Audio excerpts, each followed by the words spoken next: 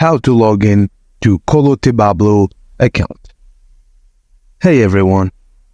In today's video, I will walk you through how to log in into Kolotibablo account. It's a very quick and simple step, so without further delay, let's get started. First thing first, open your preferred web browser. At the very top, you can see a search bar. Type in Kolotibablo login into the search bar.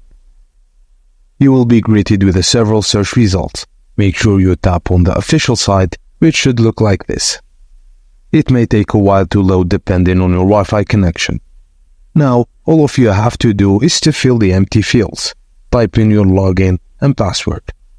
If you want to stay logged in, you can simply tap the square box. If you don't want to, you can leave it unchecked.